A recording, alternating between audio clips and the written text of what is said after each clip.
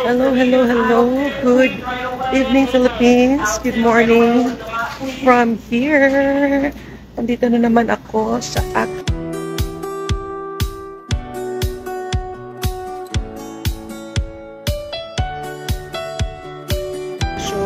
So far namili ako. Kumuha ko ng 5. Kasi nga mahal yan eh. So mura siya today. And then yung Skippy guys, tingnan nyo. Murang-mura.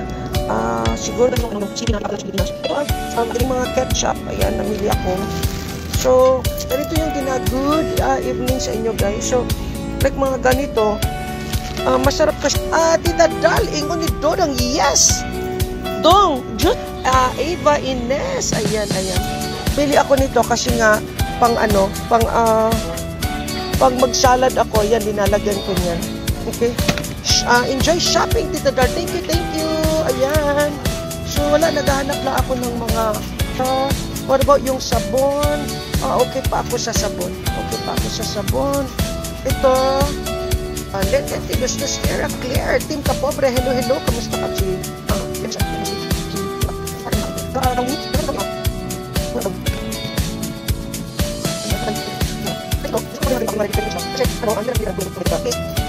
Okay yan. Ano to? 169. Yes, thank you. So, ang mga beans, kumain kayo talaga kasi ano yan, very ano yan sa atin. Rigo, kung may mga beans, kumain kayo. This is very, very good. Okay?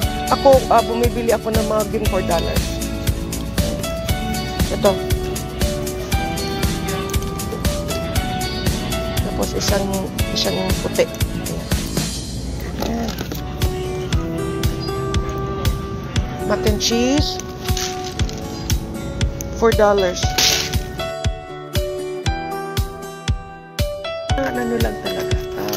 Kailangan with mga ketchup. So, pwede natin pandagdag sa ano. Pandagdag natin sa bak.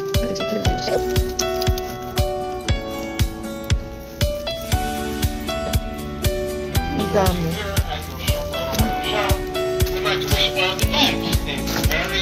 Kala ko ito.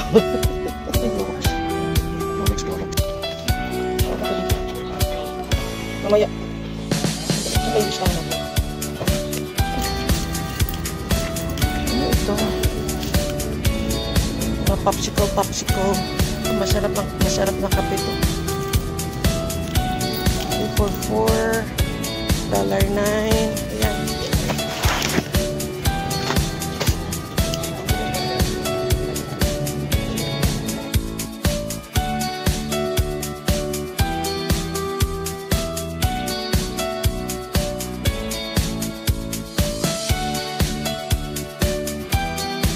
Juice.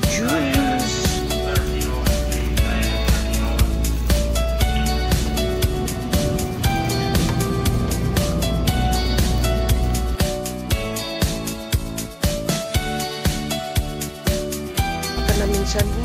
So, ang ginagawa ko, nilalagyan ko ng nagaano ako ng lulumpia ako ng lechon, lagyan ng gulay para makain. Yun ang ginagawa ko. Kaya minsan may mga gulay talaga ako sa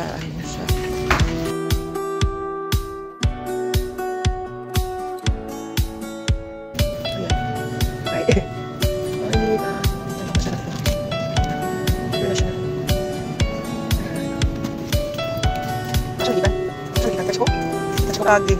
Dati pa sa Pilipinas. Yung mga ganito gusto ko, mga parang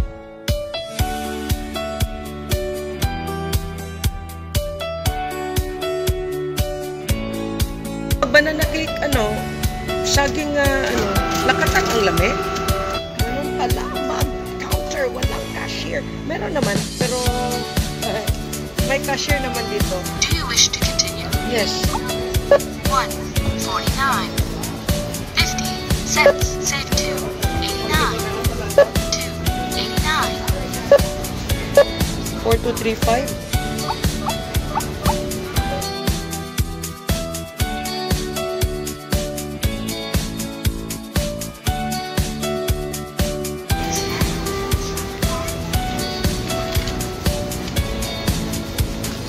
Lamang tayo sa education. Yun ang maganda din sa Pilipinas.